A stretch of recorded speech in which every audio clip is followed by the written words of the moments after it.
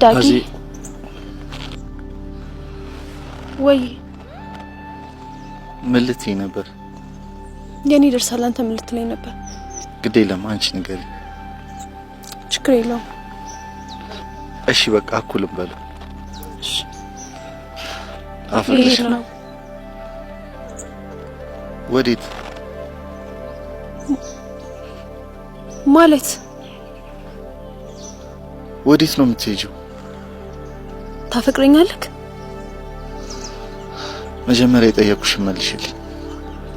የኔን ተው። አዎ አፈቅርሻለሁ። ቆይ እንዴት አፈቀርከኝ? ማለቴ ምን ተሰማ? ህይወት ተሰማ። ካንቺ ጋር መሆን ብቻ ነው የምፈልገው። እኔም እኮ እንደዛ ነው የምፈልገው። ግን መሄድ አለብኝ። ወዴት? አላውቅም። እኔን ትተሺ? ፈልጌ እኮ አይደለም እኮ።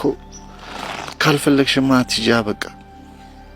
የኔ ፍላጎት አይጠየቅም ብዬ እኮ ነግሬክ ነበር። አንን ላመድ ብዬክ ነበር።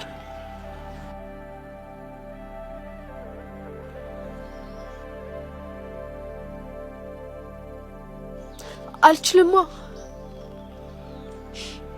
ትችያለሽ። እንዴት? አንቺ እንዳልሽኝ የሰብለ ወንጌልን ያህል አፍቅሪ። ፍቅር ስልጣን የለውም ብዬ ነግሬክ ነበር።